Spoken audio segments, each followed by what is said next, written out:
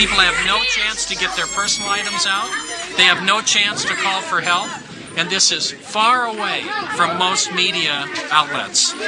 You are amongst the very few journalists who have even seen this. European or American journalists who have even been here because people are afraid to come or it's too hard to come.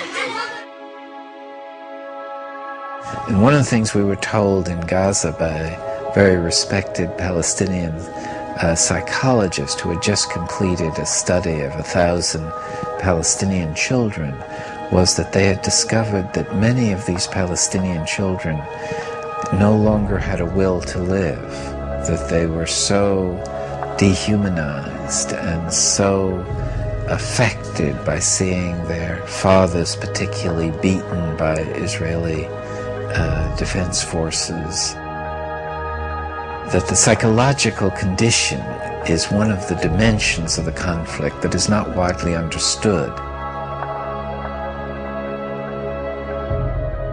Palestinians called for an international observer force that would stop the violence, but this action was blocked by Israel. Finally, a group of Palestinian and Israeli human rights activists together created the International Solidarity Movement, which has brought people from around the world of all ages and backgrounds to provide a nonviolent international presence to try to fill this need. Rachel Corrie, a 23-year-old American student, went to Gaza to join in these efforts, sending back emails to her parents. I have been in Palestine for 2 weeks and 1 hour now, and I still have very few words to describe what I see. It is most difficult for me to think about what's going on here when I sit down to write back to the United States. Something about the virtual portal into luxury.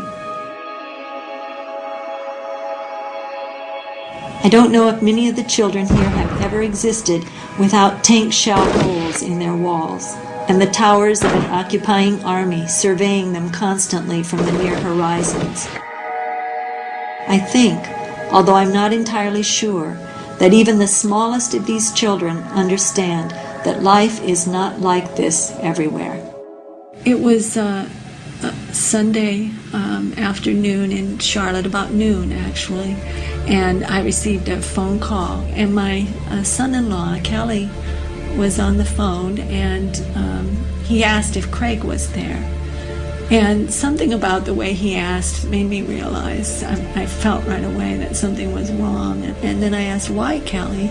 And he hesitated for a minute, and he said, we've had some very sad news.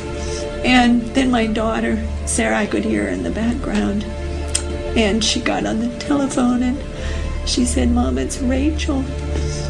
And I think the first words out of my mouth then were, is she dead?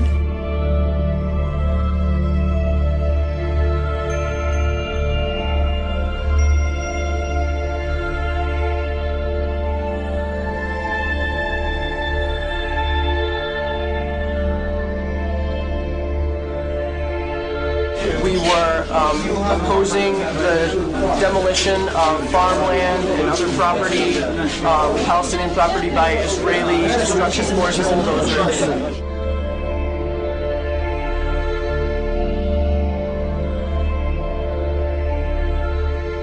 And the bulldozer drove up, and it kept going, and she tried to move back, but she couldn't move back, and she got caught underneath. She got caught underneath the bulldozer. Many other internationals began to surround the bulldozer and yell at it and tell it that there is somebody there, and it did not stop.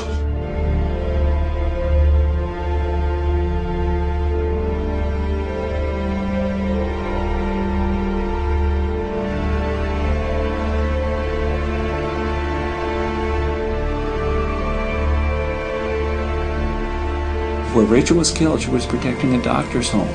And that's important to realize. And the 3 children, his wife, she knew that family, and that doctor felt that Rachel was like a daughter to him. He bought that house. It was in the middle of the neighborhood. There were other rows of houses between his house and the border.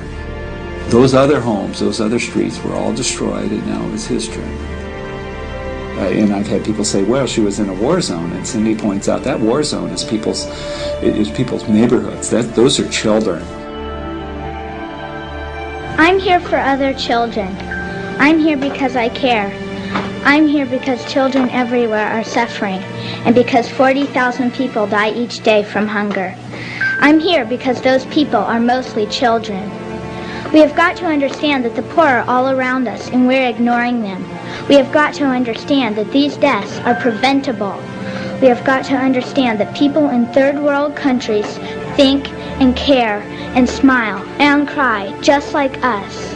We have got to understand that they are us. We are them. My dream is to stop hunger by the year 2000. My dream is to give the poor a chance. My dream is to save the 40,000 people who die each day. My dream can and will come true if we all look into the future and see the light that shines there.